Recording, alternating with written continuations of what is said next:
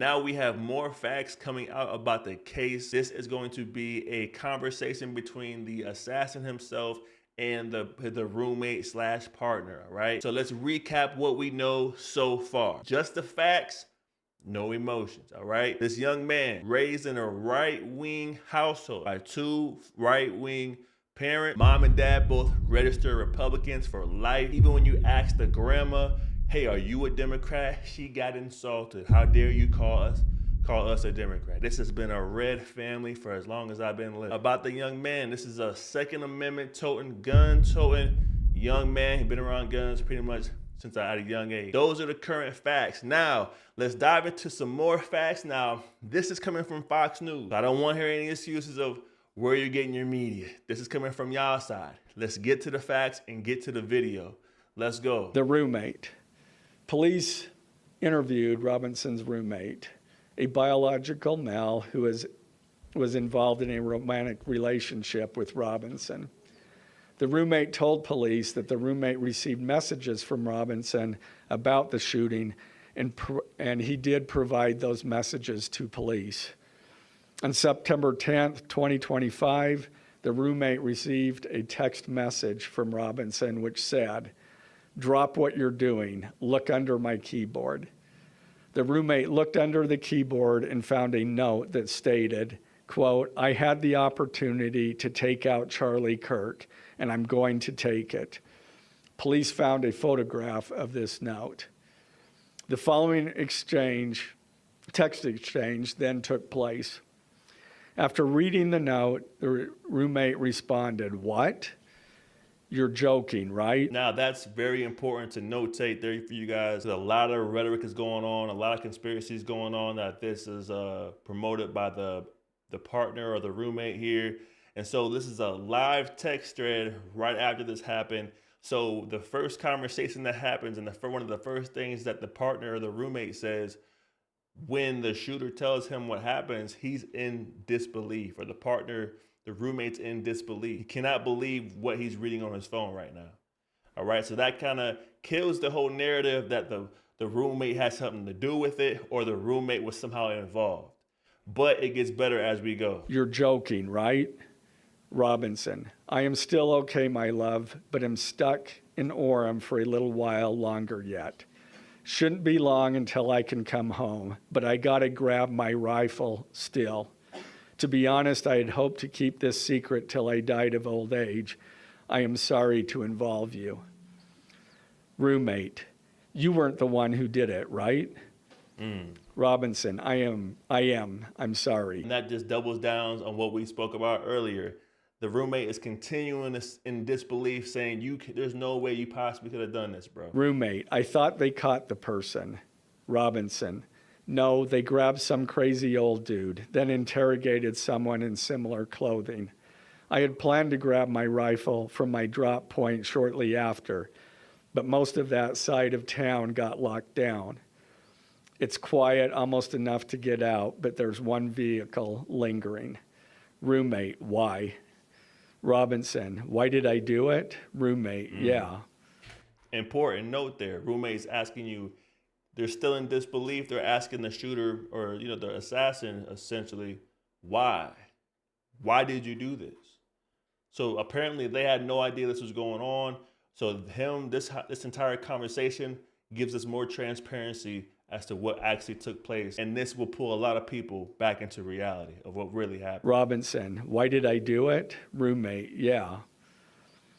Robinson: "I had enough of his hatred. Some hate can't be negotiated out. If I am able to grab my rifle unseen, I will have left no evidence." There you have it. Plain and simple. He didn't like the rhetoric that Charlie Kirk was spewing out amongst the world, and he himself had enough of it.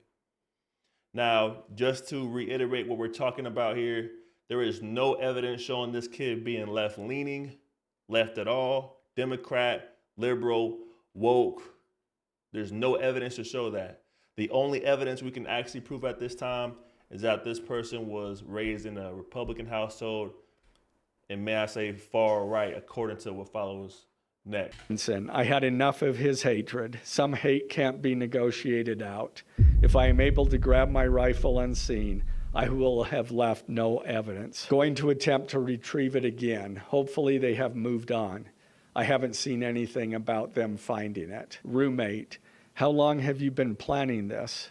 Robinson, a bit over a week, I believe. I can get close to it, but there is a squad car parked right by it. Again, showing that the roommate slash partner had no idea this was even taking place or what was going on as they go back and forth, and he's recapping what he did on that day. I can get close to it, but there is a squad car parked right by it.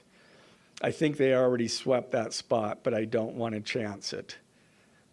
Robinson again. I'm wishing I had circled back and grabbed it as soon as I got to my vehicle. I'm worried what my old man would do if I didn't bring back Grandpa's rifle. IDEK if it's had a serial number, but it wouldn't trace to me. I worry about prints. I had to leave it in a bush where I changed outfits.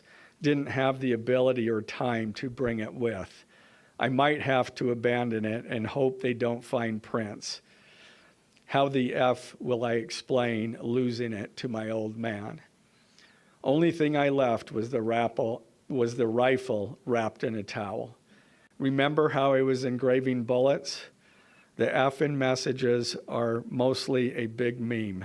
If I see notice bulge UWU on Fox News, I might have a stroke all right. I'm going to have to leave it. That really effing sucks.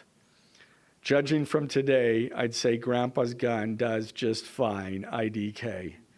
I think that was a $2K dollar scope. Wink, wink. Robinson again. Delete this exchange.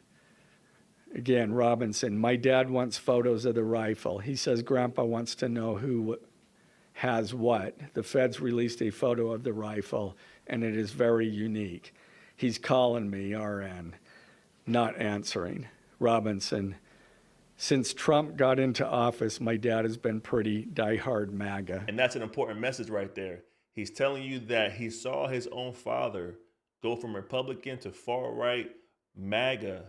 You know what I mean? And the love that his father had for Trump turned into hatred that this young man had for Kirks. Since Trump got into office, my dad has been pretty diehard MAGA.